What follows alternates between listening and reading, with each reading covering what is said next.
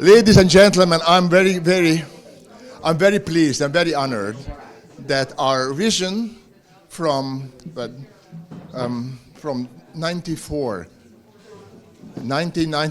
we started to work in CEDAC. This Budapest guys invading this small city, and everyone who came, unfortunately most of them are not with us anymore, but great writers and thinkers and sociologists, etc., Miklós and Hankis, Gönc Árpád, the former president of the country. Everyone thought that this is an excellent place, a rendezvous, a meeting place, Central Europe, a Central European melange.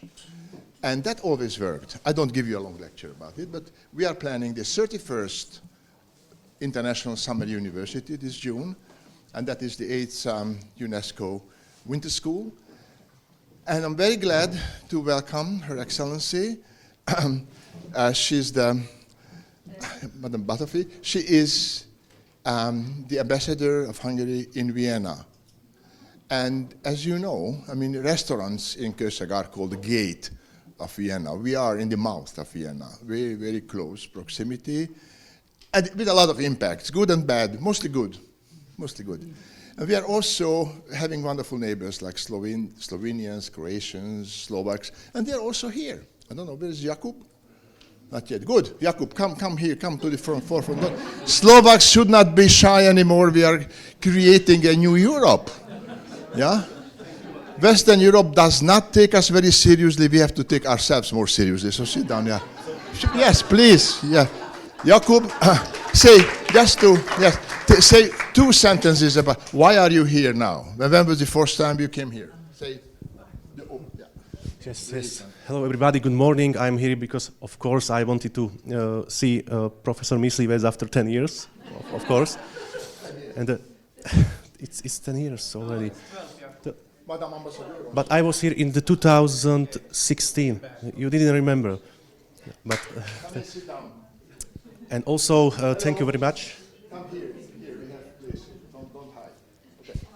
Okay. Thank you very much for your invitation. And also, I'm here with my team of Institute of Cultural Heritage from University of Žilina, and now we are trying to make I hope, very strong cooperation in future.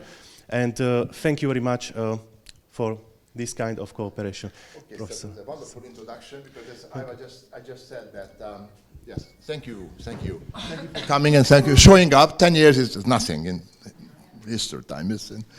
That we are, among our many different aspirations, we are trying to become an institute or center, knowledge hub of regional networking and research. So number one neighborhood is now, thanks to Jody Jensen and Ivana Stepanovic and Elira Luli, is the EU Balkan Observatory. We need to observe the EU. Not only the EU is observing us. So this is a mutual dialectical game.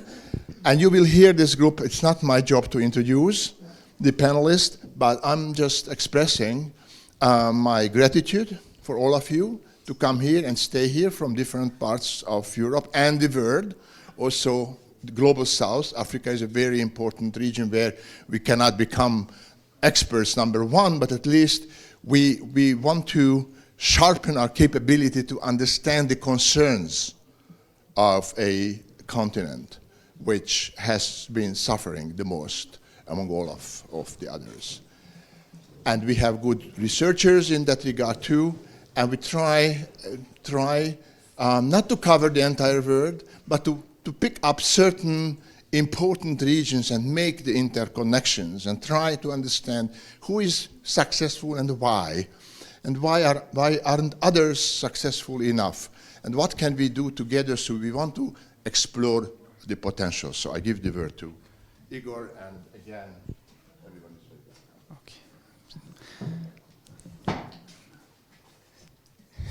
Thank you very much, Ferenc, for doing also part of the job for me. So welcome on this very, very beautiful day to CEDAC. It's the 4th day of the university, and 5th. Okay, I'm lost, I'm sorry. So it's the 5th day of the university, and today we have a panel that will connect together two very interesting regions of the world, being them Balkans and the Caucasus. So we have 5 distinguished panelists. No, 5. One of them is joining us online, right? So we have people joining from Turkey, Montenegro, Albania, Georgia, and now new country in the world that's called North Macedonia. Okay. Okay, most ancient and the newest at once. So this is the dialectics that we are exploring here. But okay, so thank you very much for being here, and I will actually today start with Rubin. Because he has the title of his presentation that is the same as the title of the panel, so he will be kind of the one who will somehow try to join these two regions together. And Rubin Zemon is an ethnologist and socio-cultural anthropologist from North Macedonia, so he performs as a director for advanced research in Skopje. He specializes in questions of national minorities and multiculturalism, with a specific focus on societies of Southeast Europe. So, Rubin, you can start. The floor is yours. Thank you, Igor. Actually, I was the iASK fellow the last 2 years. You still are.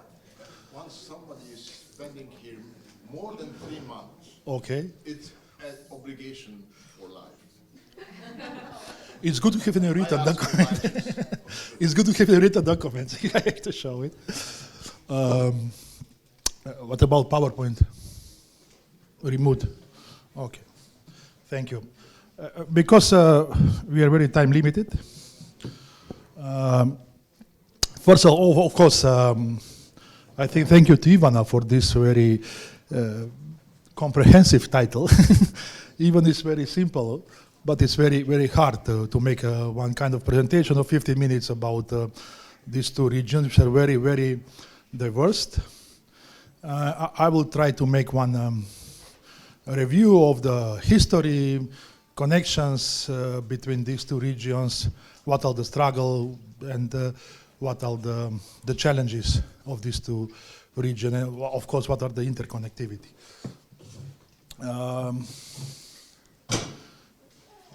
Because we are always speaking about very ancient, not a new country, very ancient country. The first relation actually from the history that we have here to sources, again we go into the mythology. And it's the myth about Jason and his Argonauts, how from Hellas, from Greece, they went to the Black Sea region there to take the golden wheel and so on. It's mythology, but also we can, let's say, make one kind of improvisation of struggle of the people of migration of that time. However, so from the very, very ancient mythological time, we have some sources that about these two regions, there were connectivities. Also Kolchida, you are from Montenegro, Ulcin is Kolchida also, the ancient name, so we can also make some relation between these two countries. Okay, now we come into the most ancient state in the world, Macedonia. In Azerbaijan, I was many times in Azerbaijan there. I think also in Georgia, we have a lot of archaeological location and foundings. We can find the artifacts about the presence of the Alexander the Great empire and a lot of facts about existing of the relation between the Balkans and this area. Okay, now we come into the most delicate issues. Do we have still some people or influence between two countries? The first are the tribes of Cumans. They are from Caucasia and the northern Caucasia, that we have today still some traces. In the Middle Ages, about 14th century, they came in the Balkans before the Ottomans came. Today, Kumanovo, one city in Skopje in Macedonia, is named from Cumans. But we have some traces because this population is totally, let's say, assimilated in the Slavic population, but we have traces of existing. Then we have the Pechenes, also coming from the Caucasian region to the Balkans. And one of the most delicate issues in the Balkans. Do we have connection between Albania and the Middle Age and Caucasus and Albania today? Of course, the Albanians in the Balkans, they're denying any relations. Milosevic regime, he promoted that actually some tribes from the Caucasus came to Albania. It's still the question of scholar dispute, okay? It's not political anymore. During the Milosevic time it was a political, but now it's only a scholar, and we're still hearing some articles we can read also about that. Even some of them are very funny, some of them are serious about the relation between two states. During the Ottoman time, we have a lot of migrations, Caucasus and the Balkans, and actually the dervishes order, I don't know how are you familiar with the dervishes order. Some of them are coming from the Caucasus, especially the Sufi. And even today they are not feeling like people from Caucasus because it's a religious movement actually. And the tribe of Yuruks is a Turkoman tribe. We have a lot of settlements of Yuruks in the Balkans. Actually, it's also dispute because the Kemal Atatürk village, Kocacık, where he is born actually in Macedonia, it's a Yuruk village. Even that the official Turkish, let's say, historiography, they are not recognizing that Atatürk is from the Yuruk family, but however, if you come in today in Kocacık, it's a museum of where the father of Atatürk is born in Kocacık in Macedonia, you will see they are living the Yuruks there. Never mind. Okay, let's come to the modern time and why we are comparing these two regions. First, toponymically, the Balkans, the name of the Balkan Peninsula, we have different name of the Balkans. Hemus Peninsula, Illyrian Peninsula, and so on. But the Balkans is coming because of the mountain. Okay, we are not seeing here in Bulgaria, Stara Planina, old mountain, also called Balkan. And from there is coming the name, and Caucasus from the mountain of Caucasians. Even Apenninians, Pyrenees, most of the important peninsulas region coming from the name of the mountain. The both regions are mountainous laboratories of dense ethno-linguistic plurality. They often frame as problematic peripheries, remember it through conflict more than coexistence. Even now we are trying to make today that Caucasus and Balkan are part of the Europe. Actually, the border between Europe and Asia is somewhere in the Caucasus there. However, for the Europeans, we still have the division between Occident and Orient, and in the mindset of people, Balkans and Caucasus is Orient. Even we are trying to break the stereotypes, prejudice, these regions is Orients. Greeks are not Orients in the mindset of the Europeans, because from the Greeks is coming the classic culture, philosophy, and so on. Aristotle, Plato, and other, but other places of the Balkan and east of the Balkan is Orient. Albanians are Illyrians. Okay, we're talking for prejudice and stereotypes of the inner society, not talking for the scholarship. Okay, some scholars treat the Balkan Sea, the Black Sea, as the bridge that unsettled civilization boundaries, Europe versus its eastern margins. So, yeah, this is the Black Sea. It's a very huge. Control is here in Istanbul, in Bosphorus. Who control the Bosphorus? Controlling actually the port of Asia to Mediterranean, and this is very strategical. Maybe Elira or Aisha will much more talk about that. Similarities. I try to find some similarities between these two regions and like the differences.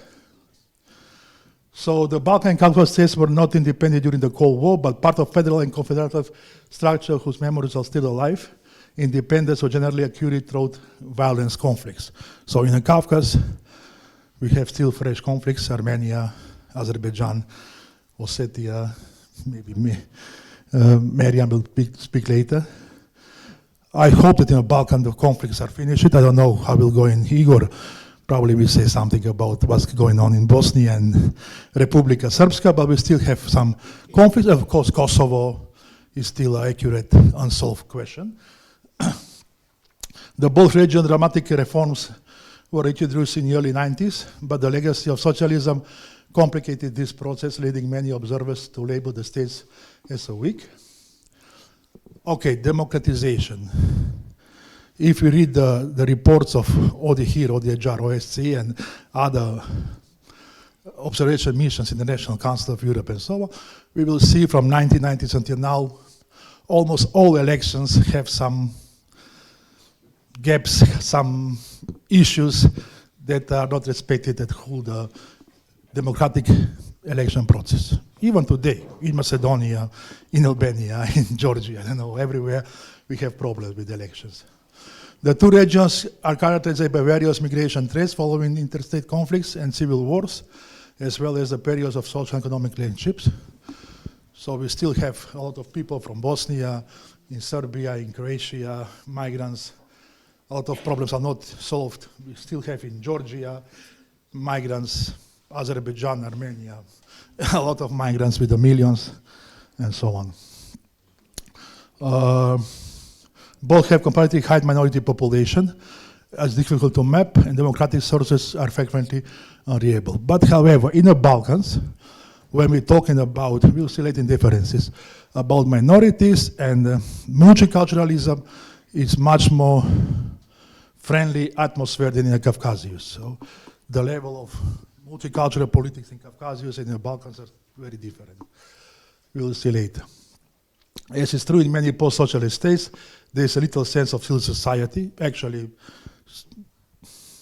in some states, maybe in the Balkans and in Georgia, we have some NGOs that are very strong, but other, let's say, for human rights associations, societies, they are totally under the influence of the government, let's say better. EU and NATO are looking stability in their eastern neighborhood and have encouraged any short, medium, and long-term solutions for putting the end of the tensions. Both of Balkan and Caucasus are included in various European American plans related to energy. This is the main problem. 5 minutes, okay. The energy, Caucasus, Azerbaijan, Georgia, but in the north, how had the George said that the oil is coming from the house, from the land of the house in Georgia. So very, very rich countries with oil, with the gas, and probably that's the biggest problem, why we have all these tensions using the ethnicity, diversity, and so on. The independence and sovereignty of both regions depends less on themselves and their internal development and more on interest and politics in other countries. Differences, okay. The 19th century Caucasus was incorporated in the Russian Empire, while the Balkans were part of Ottoman and Austro-Hungarian empires. Social, economic, and political legacies of imperial rule should not be overlooked. While conflicts, I'm reading because I have 4 minutes. While conflicts in both regions tend to involve foreign intervention, one of another, EU and United forces played decisive roles in the Balkans, but were never active in the Caucasian region. Okay, Slovenia and Croatia are actually the EU member states. Montenegro and Albania are very close to become the EU member state. Macedonia is blockaded with Bulgaria, with identities and history and so on. Serbia and Bosnia, I think Serbia is blockaded, but Bosnia has a lot of problems. But in the Caucasian region, we didn't start negotiation. Any one of these countries didn't start negotiation for the EU membership. Okay, unresolved conflicts and fragile peace. Caucasian conflicts remains a central political reality.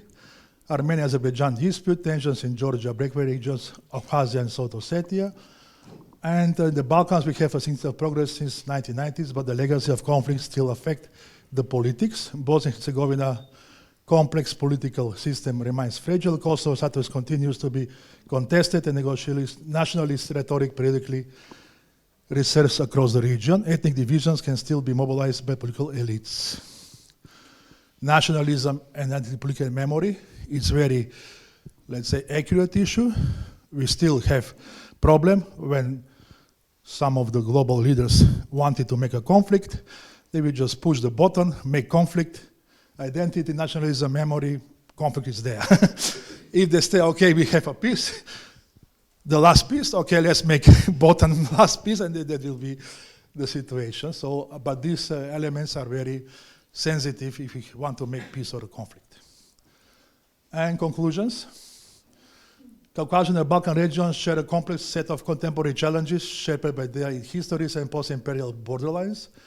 Geopolitical competition Unresolved conflicts and identity politics continue to influence stability, while economic pressures, migration, and environmental concerns shape everyday life. At the same time, though, both regions demonstrate resilience, cultural richness, and potential for cooperation. The future of these regions depends largely on strengthening democratic institutions, promoting inclusive identities, very important if you want the last piece, inclusive identities, not ethnic, but inclusive political identities, and developing sustainable economic strategies, moving beyond conflicts, centered narratives toward collaborative and forward-looking approaches will be essential. Ultimately, the challenges facing the Caucasus and the Balkans are not only regional issues, but also a reflection of broader global question. Thank you very much.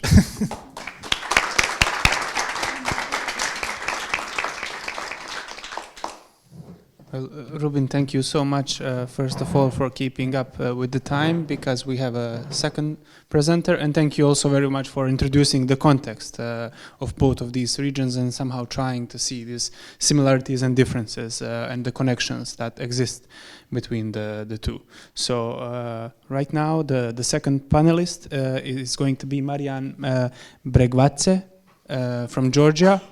I would like to introduce her shortly. She is a PhD student in political science at the Caucasus International University. She works for several NGO organizations that have a specific focus on the question of peace, reconciliation, and civic equality. She has been awarded during the past year by the state of Georgia with a special Youth Peace Award. And the title of her presentation for today is going to be Algorithmic Diplomacy and Digital Peace Building as New Foundations for Trust and Security in EU's Neighborhood. Right. Thank you very much. And yes, you can take. And please. Hello. Thank you, Igor, and thank you, Rubin, for mentioning some points from Caucasus. Thank you also, Ferenc and Judy. And I want to say something about algorithmic diplomacy and digital peace building as a new foundation for trust and security in the new neighborhood and South Caucasus case study, because I am from South Caucasus, I'm from Georgia, and Georgia and South Caucasus is politically unstable, so just start it. Okay, so what is the new reality of conflict? So we must be a responsible and effective participant in the digital world. And today's reality, the origin of conflicts is not just only purely military, and the conflict is not just start with a bullet or with just a tank. The conflict increasingly starts in the digital space, not only for physical butterflies. And that's why the reality of conflict changed. And if previously unconditional power of states was attributed to whose wars and who possessed the greater military armament, today is no longer possible to fully grasp states' military potential, and that's why technological advancement. So the second core concept is that algorithms shape informations, public opinion, and social trust. What does it mean? Today's reality is connected with social life, like Facebook, like LinkedIn, Gmail, and like this. So the social opinion is shaped in this social media. So that's why algorithms shape informations, and that's why this is the reason, the algorithm is the reason of the polarization of social. So the third core concept is, if conflicts partly written in code, peace must also be there. So what this means? So if we said that the society also is polarization, and the reason of conflict is some social media on some social post. This is why the conflict is partly written in code, because in the context of if social media, some humans and some societies just trying to start to their conflict, this conflict just to continue it in state conflicts, and that's why peace must be also be built there. So The second is the digital gap in peace policy. So we just moved the other that what is the problem if seemingly this significant issue. So given that vast majority of contemporary conflicts are based on digital technologies, then most of states use digital technologies to strengthen their military power, right? And the result, most of conflict dynamics are formed in digital space, raising an important question to who does this digital space belong? To humans, to societies, to the states, or to the algorithmics managed by human actors?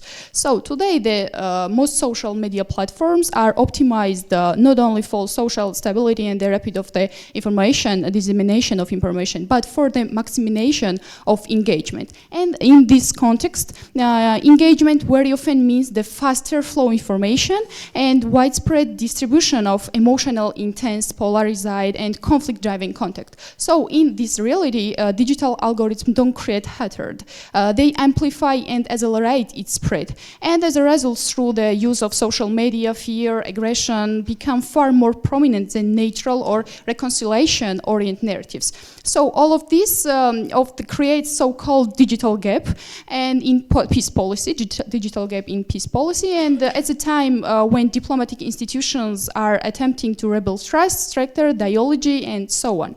So before algorithmic diplomacy, I want to say something about South Caucasus. Why is the South Caucasus is the best case study? So, okay. I just move in the map of South Caucasus. Okay, this is South Caucasus. This is South Caucasus conflict region. This is Nagorno-Karabakh, which is the conflict region between Armenia and Azerbaijan start in early 90s, but now they have a peace agreement and they just try to make relationship between each other more calmer, and they moved on Georgia. Georgia also have two conflicts, Abkhazia and so-called South Ossetia. They start in early 90s, while South Ossetia made itself independence and so-called South Ossetia. And after 2008 war, Georgia lost this region. There is the Hungary region and there is the Skin Valley region. And Abkhazia also we lost in 1992-1993 civil wars. And in 2008 war we lost Kodori Valley. And that's why South Caucasus is in political instability. And it's continuing with protests, which is caused of some government's reforms, and that's it. So we just move in another point, which called digital algorithmic diplomacy. So first, we just mentioned what means algorithmic diplomacy. So, algorithmic diplomacy is the new type of diplomacy, and it is not the threat of traditional diplomacy. Algorithmic diplomacy is the cooperation between states, international organizations, and digital platforms, and its transparent rules to reduce digital conflict risks, and its democratic oversight of digital ecosystem and algorithms. So, we just said that algorithmic diplomacy is a complex and evolving file that require critical analysis of its ethical, social, and also geopolitical implications, demanding rigorous research and interdisciplinary collaboration. And algorithmic diplomacy and digital peace building offers not only European Union and United Nations, but for whole of the world a practical approach. It entails the use of data and AI in order to identify the existence signs of conflict in advance, detect signal and make preventing some policies, and that's why. And in reality, algorithmic diplomacy does not replace traditional diplomacy. It expanded, and we just say about it. And algorithmic diplomacy is not just a dream of machine ruling men. It's a vision of humanity finally ruled by its own declared consistence, and a political philosophy for the post-political age, audacious, prophetic, and terrifying logical. So the second move is what is the digital peace building tools? I want to mention that today digital peace building tools are existing, but they are not connected in peace building and peace politic. So we just have yearly warning systems, data-driven risk analysis, preventing digital actions, but this is in the European Union politic, not only South Caucasus politic, not only on other part of world politic, and that is the main problem. I mentioned that why the European Union matters and what European Union make for digital peace building. Artificial Intelligence Act, this is the excellent act, risk-based governance of artificial intelligence. The second is Digital Service Act, platform responsibility and system risk control. And third is European Union fundamental right framework, protection of dignity, freedom and non-discrimination, and so on, not only just these three. So, why the South Caucasus has this problem? As I mentioned, South Caucasus have many political problems because region war, geopolitical competition, and digital narrative strongly interact. And what is the impact? Online polarization, disinformation, and identity-based narratives directly influence real political and social stability.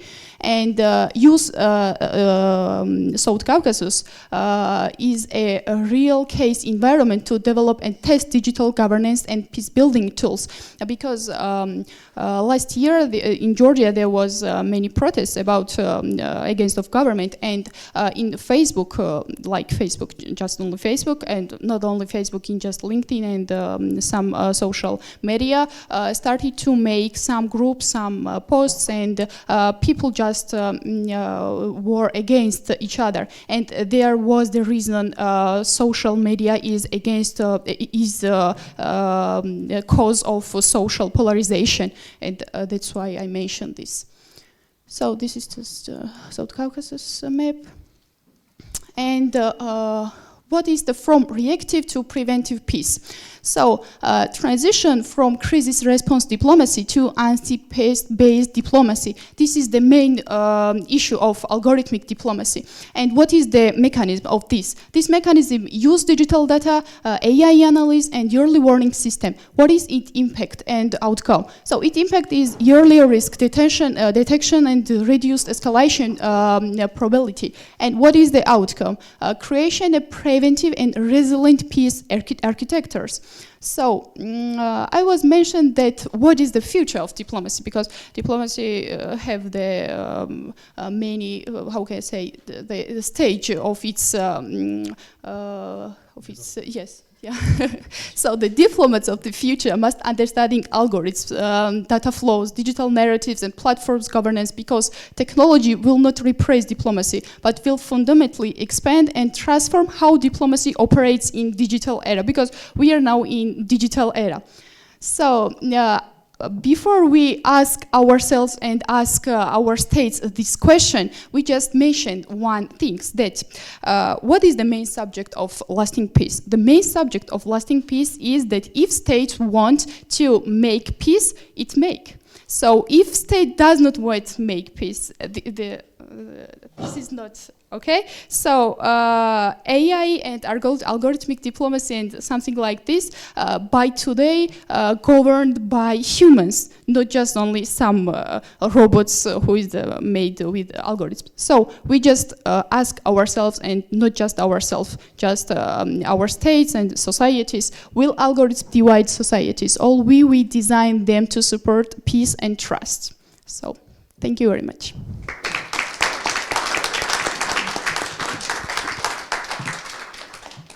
Thank you very much, Mariam, for your presentation and for bringing out the very important topic of the winter school back into discussion. Mariam has to leave very soon to catch a plane, so I would like to use this opportunity to bring some questions for her from the audience. So is there somebody who would like to ask the question? Thank you very much. Fantastic presentation, very important, very concrete, very straightforward. Do you have any concrete positive examples of that? So you can, good practice, so to speak, encouraging all of us.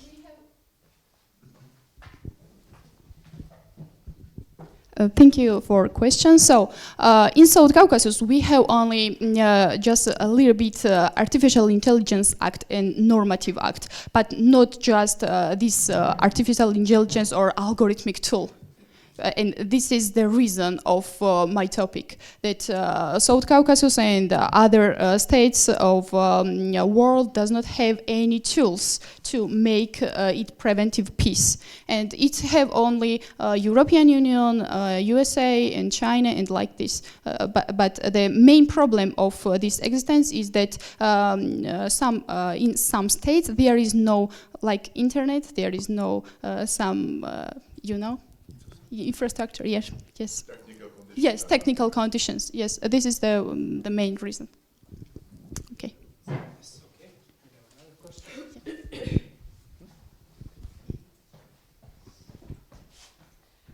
I'm not sure, but thank you very much. I think this is a great idea. And I have a question. I'm not sure when people read messages created on the internet, often by algorithm, they respond more. It's human behavior to negative messages, the one you try to fight. So, I mean, there needs to be an opposition to that, and using AI and maybe AI algorithm to send out positive messages. But I feel human behavior is such that we respond more to the negative messages. So I think, you need to build up more volume of positive messages, blast them. So I hope, you will try to do that. And I don't know whether you tried, how would you try, if you have any comment on that. Thank you.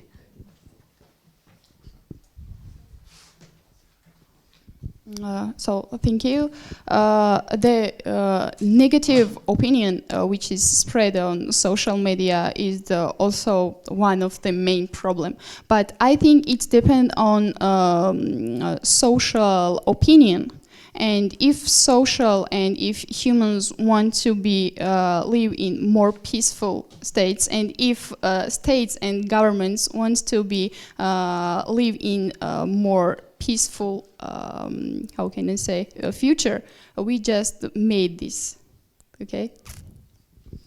Yeah, it's my time. It's your time.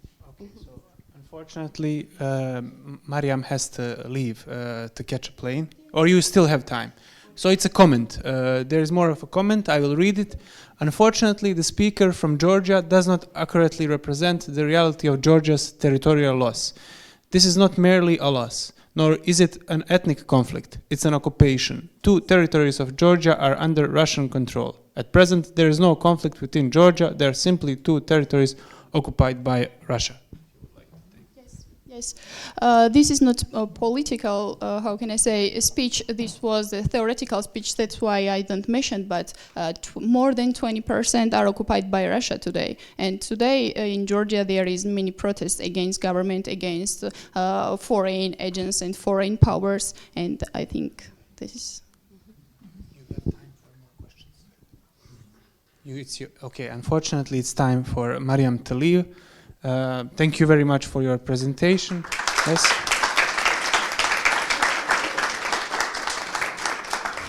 I wish you pleasant travels, and outside of this digital space, I hope you get to enjoy the view of the Caucasus as you arrive to your country. Yes. Okay. Okay, so our next presenter is coming to us from the digital space, while presumably, I guess, physically being in Turkey at the time. It's Professor Kıvanç Ulusoy, who is a professor of political science at the Istanbul University. Kıvanç holds wide international experience working at places such as Harvard Kennedy School, European University Institute, and Madrid Diplomatic School. His areas of research include regime change and democratization, Turkish politics and foreign policy, Spanish politics, American foreign policy, and foreign policy of Israel. The title of his presentation for today will be A Turkish Perspective for Debates about New World Order. So you don't need a mic, but you can take the space, and I hope your presentation can begin. Thank you very much. I don't have control over this, unfortunately. Mike. Hello. Hi. Good morning. Do you hear me? Yes. Yes, we hear you. Thank you very much. Thank you very much, Igor, for this presentation, and I would like to thank everyone for hosting me online for this excellent panel. I'm sorry that I was not able to come to be with you this time. I don't have a PowerPoint. I will have a short presentation, and it won't be with PowerPoints. The presentation will have two sections. One, I would like to situate my analysis in a framework, a classical framework of difference between soft power and hard power, and also later in the conclusions I'll give a brief sketch on Turkish perspective. Regarding our panel, we focus on the Balkans and the Caucasus. As you remember, when the Cold War ended, these two regions,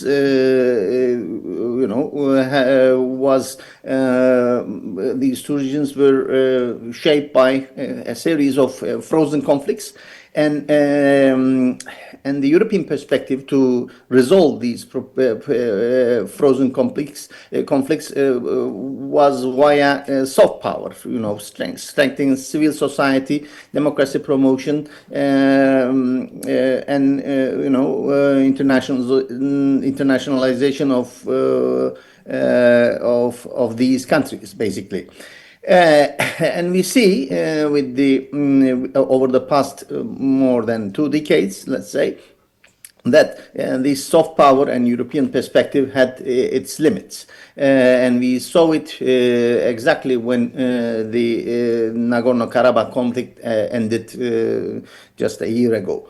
And it showed us that soft power, democracy promotion, and and its side variants through strengthening civil society, etc., had its limits, and the defenders of hard power, at least theoretically, gained the battle on the ground.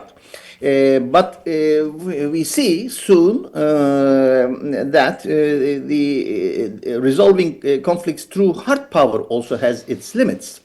And I would like to include this to the latest conflicts in the Middle East after the Arab Spring, and we saw that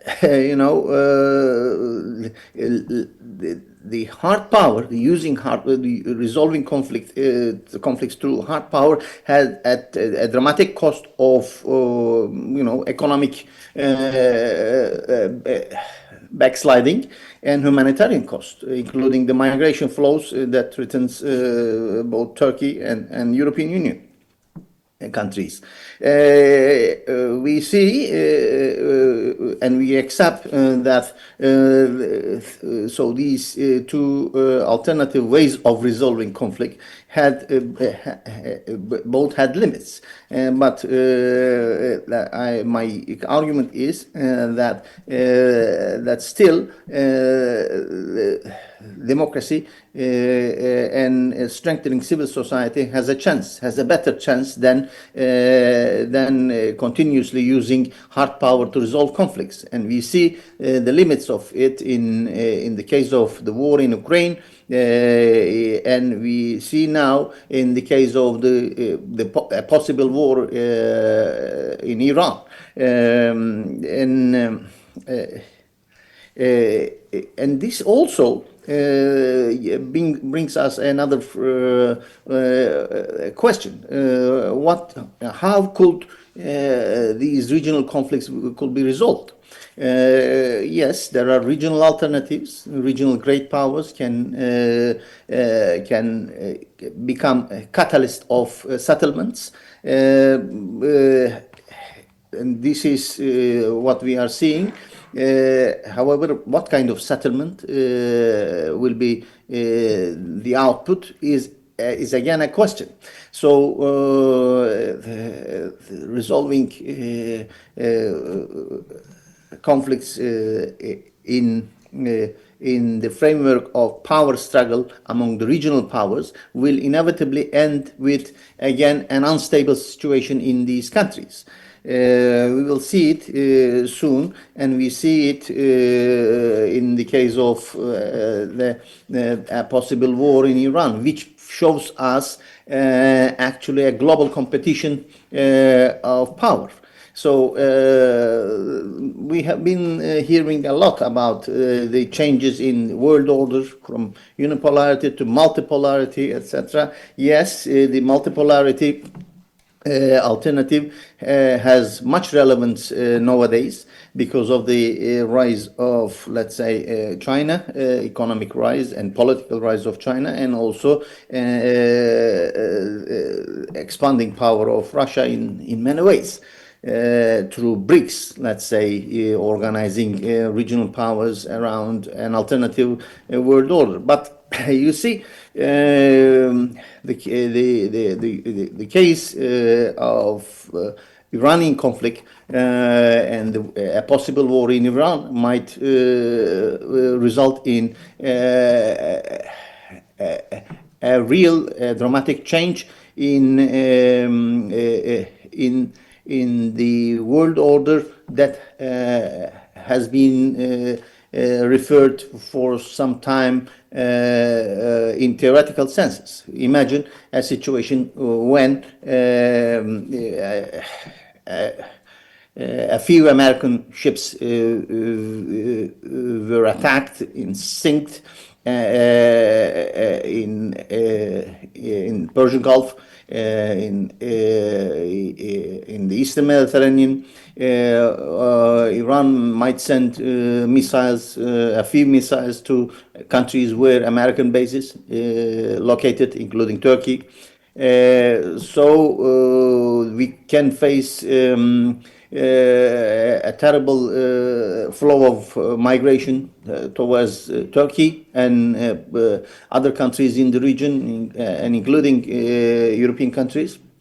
So you see, yes, we saw over the past 2 decades the limits of soft power, but using hard power to resolving conflicts is not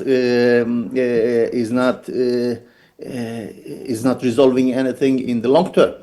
I understand the nationalistic conception of civil society that exists in many of these countries, and today it's very fashionable to treat linkages of civil society networks with Europe as agents, as spies, etc., or threat or referring democracy promotion through European or international support as conspiracies. I understand all of this, but I think this does not give an answer to existing reality where everything, including the civil society networks and groups, whether ethnic or religious, are internationalized, are Europeanized. So a nationalistic conception of civil society, a nationalistic conception of democracy does not respond to existing reality in a similar way that hard power does not resolve to ultimately resolve the existing conflicts. So we are inevitably in a position to I think radically return back and value some of the existing and the old so-called old-fashioned frameworks of democratization, democracy promotion in any way. In this case, a Turkish perspective is tricky. Turkey also has been involved with these power games in the Balkans, in the Caucasus, and in the Middle East. And Turkish foreign policy has been for some time shaped by European values, but recently we see inevitably that probably one of the first countries who saw the limits of European soft power in the regions was Turkey. And we saw Turkey entering into competition with the EU in these regions. Balkans is an obvious example of that. However, Turkey's perspective of expanding influence in the region confronts with the reality of other regional powers, Iran, Israel, Russia, and even China. I think the Turkish influence probably benefits from the space that the global competition opens in these regions, but in a way, in the long term, we will see inevitably that Turkish foreign policy will confront the existing power reality in these regions. So I'm trying to say that even in the case of Turkey, where we see both European influence and the possibility that a country can gain advantages in the regions, has its limits when always it relies on hard power, meaning that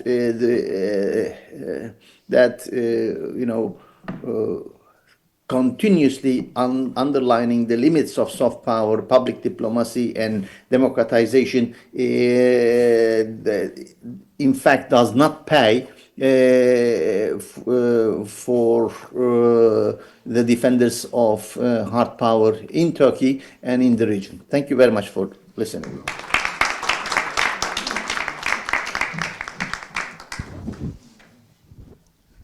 Well, Kıvanç, thank you so much for your very, very interesting presentation, returning us somehow to the world of hard power, which I think somehow came back with President Trump taking the stage of the world and questioning all the values that EU seemed to have been promoting pretty successfully during a significant period of time. Okay, so now I will not take questions from you because we will go on with our panelists, and then at the end we will take questions from everyone. So our next panelist comes from Albania. Luli is a lecturer and researcher at Luarasi University and a visiting lecturer at the University of Tirana. She has extensive experience with work across public administration, civil society, and academia. Elira earned her PhD in International Relations and Political Science from the European University of Tirana, and the title of her presentation for today is The Soft Power Deficit, Reimagining a Joint Public Diplomacy in a Fragmented Southeast Europe. I think in this way you are continuing quite well on the previous presentation. Yes. Hello everyone, it's really a pleasure to be part of this panel and to be with these distinguished panelists, but also partly because I'm very fond of these topics like culture, communication, and how to build conditions for lasting peace. I had imagined another topic for today, but since we had some questions during the second day of the presentation, of the presentations and panels about how can we achieve more exchange in the field of education, in the field of culture, why we cannot communicate so easy in the region, I thought maybe it's important, it is important to bring back this topic because this was a research that was initiated here at iASK in 2024 when I was doing a completely different research, but I was sharing the office with Ivana. Ivana is a Serbian girl, and I used to talk a lot about regional complexities and how we can advance, how we can go beyond these kind of conditions. And I applied for this Visegrad Western Balkan Fund call. It was an application that was successful, and then I came back in 2025 to complete the research here at iASK. It's now under publication process. I'll get extra gray hairs for that because you know how it goes with these publications. But nevertheless, I think it will be an important publication. It will be an added value to the literature we have, limited literature we have about public diplomacy, policies and strategies that we should build in the region. We know that the Southeast Europe region it has tremendous cultural and historical, but also social richness, but still we are unable to build a coherent public diplomacy strategy because of the legacies of the post-90s conflicts and all the divisions that were left after this period that were exploited also by politics, but external actors too. And most of the time I hear that soft power is not relevant today. States have switched to hard power politics. There is lots of rivalry, there is lots of competition. We don't need soft power, but I think also hard power objectives and goals are best achieved when they are complemented with soft power initiatives. And I think that in the case of Southeast Europe, for example, we don't have hard power capacities. We are small states with limited capacities, small economies. So the best thing we can do is build something on the values that are quite unique for us. So this kind of diversity, which is quite rich and quite cherished by the populations of the region. So that's why I think it's really important to build a coherent public diplomacy strategy that can be translated into effective national policies. But I don't hear any idea yet at the governmental level, at the civil society level. There has been many projects so far, but they go in some sort of silo paths. So there is no coordination on that. We need to see some sort of coordination regarding this thing. The barriers, I mean, my colleagues already mentioned the limitation, because it's really important to know what kind of limitations we have so we can advance on that. And the opportunity is, I think, this soft power projection that we can do together in the region, especially in the Western Balkans. Maybe there is no consensus about states that feel part of Southeast Europe, but nevertheless, we can do that starting from the Western Balkan perspective. Also, in terms of diplomacy, for example, diplomacy falls short of overcoming these deep political divisions that we have internally, but also externally. At the same time, the regions of power initiatives remain constrained by its peripheral status because we feel we are in the periphery of attention. There is not so much spaces where we can participate and show ourselves what kind of potential we have, what kind of skills do we have. Also in terms of educational platforms, this is quite unique what we do here, for example, at iASK, but you don't have these kind of platforms, you don't see these kind of platforms very often in other universities of Europe for us, coming from the Balkans. Another important thing is that foreign policy has been centralized in the hands of prime ministers and presidents, and we see it quite often in the region because it is a region of many rosters that wants to show off all the time, forgetting that there is a horizontal level, but also they are far from the grassroots level.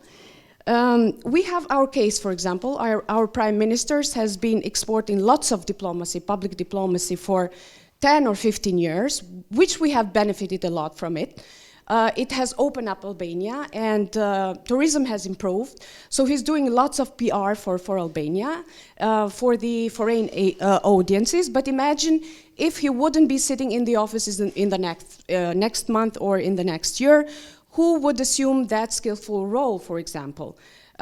Because you need to have institutions, you need to have policies, you need to have strategies, you need to have cohesion to really try to exert and to exploit this kind of potentials that we have.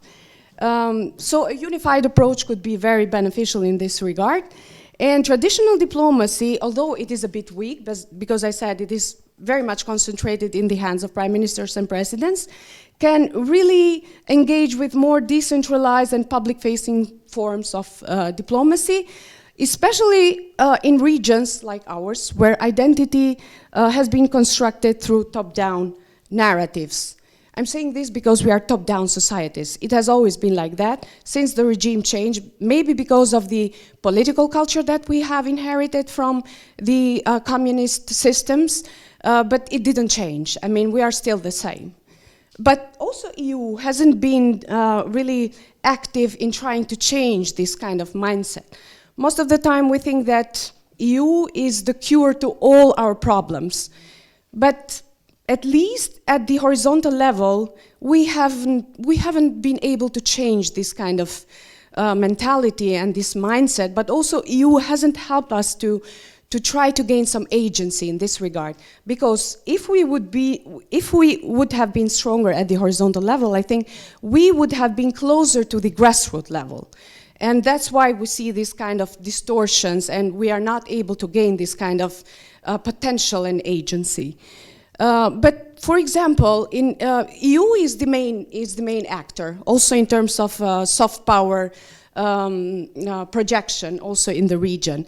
The problem is that the path to EU has been long, has been very tiring process and challenging process. So we are still waiting at the doors of the EU. Regional leaders have made this process even more difficult because on one path they have consolidated power, amplified power. On the other hand, they have claimed EU alignment. Often the EU has seen this process as a rejection of EU values. It's not about EU values, in fact it's about universal values, but the citizens of the Western Balkan region have seen this more as, they understand European Union as a European that they will gain some freedoms, these 4 freedoms that we already know, the movement of goods, people, capital and services. So it's really hard for them to deconstruct a bit this European normative model. What does it mean? What kind of expectations do we have? What do we want to do with that? How we can implement these values? The US has always been there, but supporting this Euro-Atlantic process, but because of geographic proximity and EU integration path, EU is still the main actor. And there is little evidence actually of coordinated public diplomacy efforts in the region because I checked the websites of the ministries and I couldn't find real structures dealing with public diplomacies in the region. And I asked a diplomat, that is my friend, why you, in the organigram of the Ministry of Foreign Affairs, there is no public diplomacy sector, for example.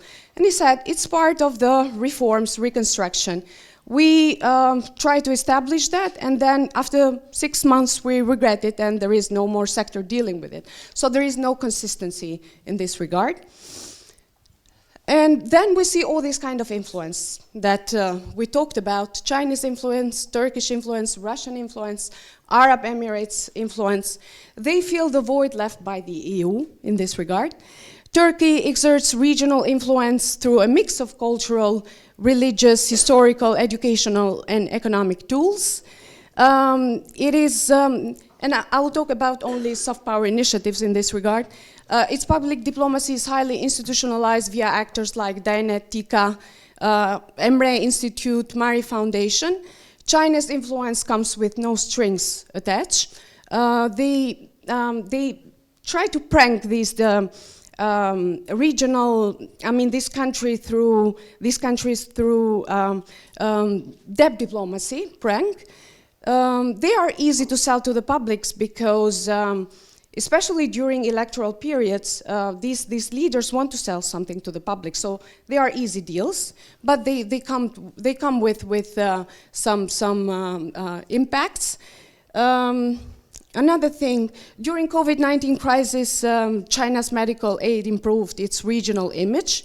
Additionally, through its digital Silk Road, China has invested in 5G, e-commerce, and surveillance technologies, most notably via Highway Safe City project in Serbia. Russia plays a lot with perception diplomacy. So it is there, but it's not there, but it's also very much active through propaganda and disinformation. So it focuses on areas with historical, religious, linguistic, or cultural ties.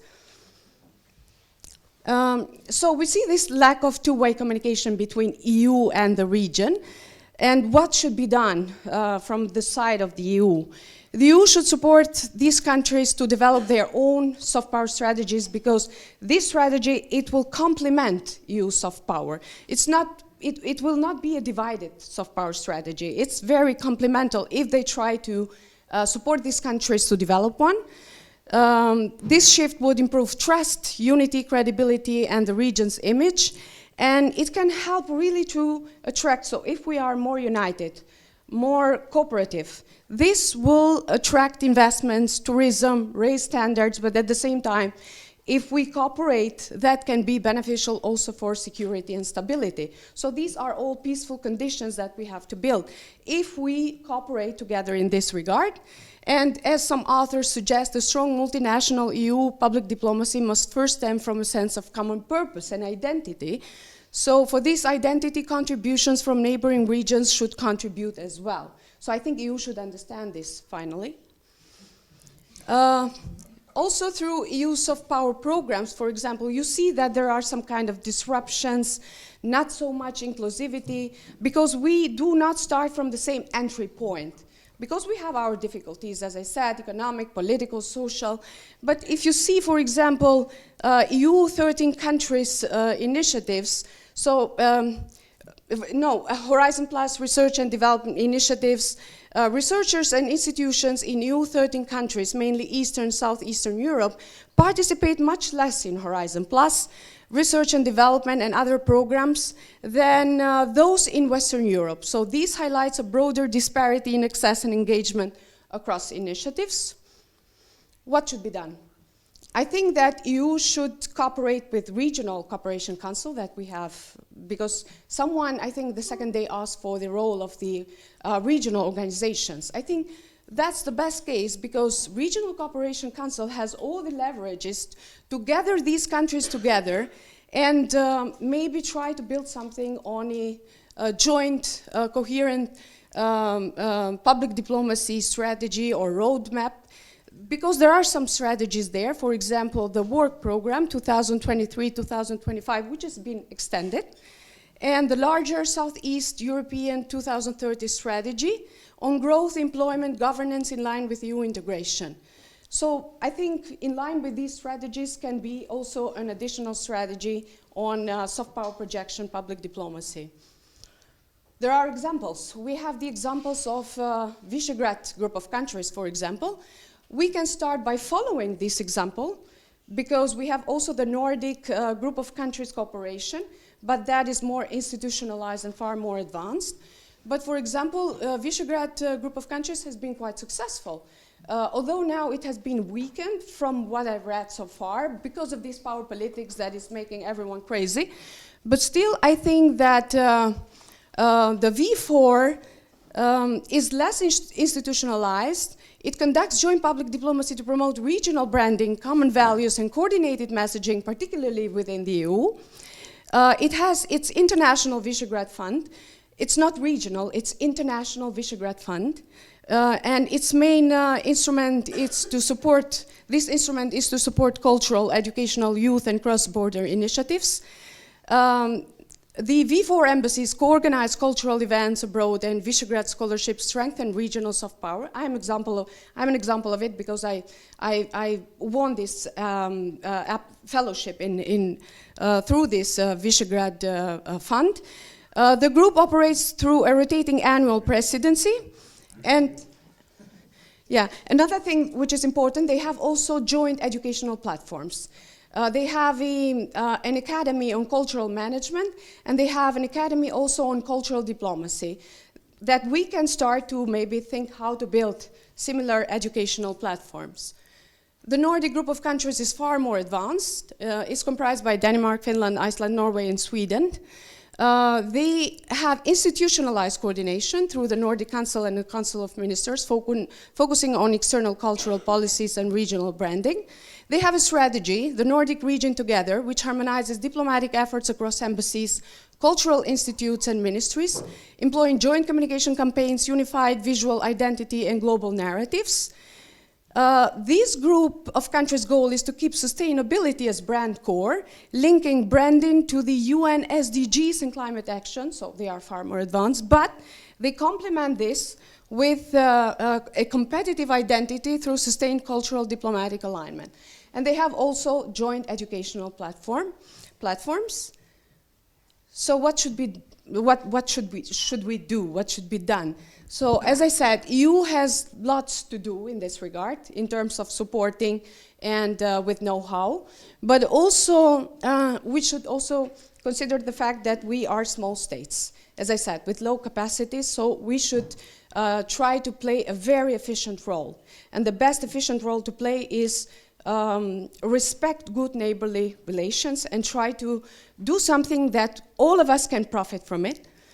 So a decentralized, merit-based and purpose-driven diplomatic model can strengthen outreach and credibility in a rapidly evolving international environment. The Regional Cooperation Council, as I said, has its role in this. We need to support diaspora-led projects to enhance international image, counter stereotypes, because we are a region of all sorts of stereotypes, but we can really go beyond these kind of stereotypes and spread the positive stories, launch shared heritage initiatives like Shared Histories Week in the region, empower youth via artists, residencies, exchange and storytelling programs, establish a Southeast European House of Culture in Brussels, or maybe in other capitals of Europe that really have not so much idea and information about the beauties of this region. Create a Southeast European Academy for Cultural Diplomacy in partnership with the EU to train cultural professionals and promote innovation, because we have a joint platform, but this is for to train public servants. It's a regional school for public administration, but we should do also one for cultural diplomacy. So this is my presentation. Thank you very much.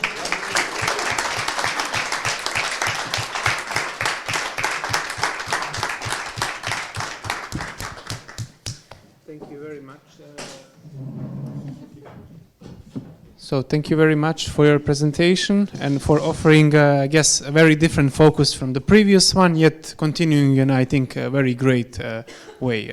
So helping us rethink the importance of soft power, a type of power that not many people seem to believe in at the moment, but which we can discuss, I guess, at the end of the presentation today.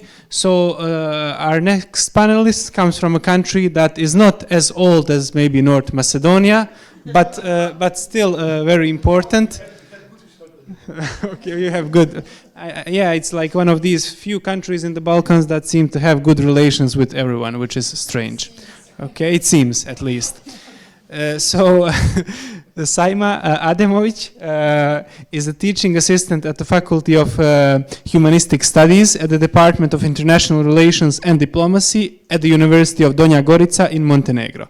So she earned her PhD from Agdenis University. Her research interests include international relations and diplomacy, Europeanization, theory of nationalism, democratization and authoritarianism, and politics of power and identity, all very important in the world in which we live today. So her topic will be Europeanization of the Western Balkans in the shadows of ethno-nationalism as a threat to regional stability. Or, oh, okay, I was like thinking it must be instability. Okay, thank you very much. Thank you, Igor, for this nice introduction. If I'm loud enough, okay, I have to. Okay, thank you. My presentation actually is focused on Europeanization and ethno-nationalization of the region as the parallel, ongoing, but paradoxal processes in the region. We can think about Europeanization and ethno-nationalization of the region as the encounter of the future and the past in the present. So how that encounter actually operates in reality, I will try to show you with the research paper I did for this occasion. So Europeanization is understood as a normative and transformative framework aiming to move the Western Balkans from European periphery toward its center. Europeanization actually refers to the process by which countries align their policies, institutions, and practices with European standards. In contrast, ethno-nationalism, defined by Walker Corner as a particularistic vision of a state that belongs to a single nation, remains a dominant feature of the region's political reality. Weak state capacities, combined with the instrumentalization of ethno-nationalism by political elites, constitute a serious threat to regional stability in the Western Balkans. And what is really important to note is that this threat should not be underestimated. In this moment, it is in point to mention the Thomas Eriksson's observation in 1990s at the very beginning of Yugoslav wars, which illustrate the shock experienced by European intellectuals due to prevailing belief that such phenomena as ethno-nationalism no longer played a significant political role in large group identities such as Yugoslav identity was. So actually the 1990s are really important to understand, and my paper will show that our region is not easy to be understood. So because, yes. I was inspired to say this because during your presentation you said, and European Union should understand this at the moment, actually. But it's not an easy task, yes. So the collapse of the collective communist system, together with the disintegration of Soviet Union and Yugoslavia, also brought an end to a concept of large group identities. That's the moment where the problems started in the Western Balkans region. Understanding the ethnic conflict which marked the painful breakup of Yugoslavia is a significant explanatory aspect of recognizing the radicalization of the security circumstances in the region. Political elites have not learned the lessons regarding the high price which is paid for the manipulation of the relations among ethnic groups from the Yugoslav example. What's more, even nowadays, the ethnic narratives produce a direct impact on the Western Balkan stability. Relations of former Yugoslav republics, together with Albania, are defined by ethnic narrative. The analysis of the loyalty of different ethnic groups in Montenegro could be placed in this theoretical framework. The political reality is dominated by ethno-national narratives, and the dispute are among sensitive questions or issues which divide society and create a paranoid feeling of ethnic communities being under the threat. In such ethno-national climate, loyalty goes towards an ethnic group instead of a state, because the ethnic group is the factor that provides protection in uncertain times created by populist politicians. Similar method can be applied to the analysis of the ethno-national behavioral patterns of Albanian and Bosnian community in Serbia. A dramatic ethnic image also comes from North Macedonia, and it shows the Greek dispute of the Macedonian state, Bulgarian contestation of Macedonian nation, and Albanian actually standing and attitude towards Albanian-speaking population in North Macedonia. We also have the dissatisfaction of Serbs and Croats regarding their position in Bosnia and Herzegovina, and that situation can also be added to this ethnic image of the region. There is also Albanian position and attitude towards the Albanian-speaking population in Montenegro, North Macedonia, and Kosovo. Of course, there is also a question and Serbian hesitation to accept the independence of Kosovo and the position of Serbs in North Kosovo, which is used for intensifying ethnic tensions in the region by the both sides. When we are speaking about bilateral disputes between Serbia and Kosovo, we have to mention the Brussels Agreement from 2030 and the Ohrid Agreement from 2023, which represent a framework for mayor diplomatic efforts to manage one of the most sensitive disputes in the Western Balkans and to align the both parties with broader EU integration process. For Kosovo, this agreement strengthens its international subjectivity and opens pathways for broader recognition of the EIS of Kosovo state. For Serbia, it allows actually the continued EU alignment without formal recognition, which remains politically sensitive question. Actually, both governments operate under a strong domestic pressure. In Kosovo, there are actually concerns that Serb majority municipalities could undermine the state functionality. And in Serbia, any step perceived as a recognition of Kosovo's independence actually carries significant political costs.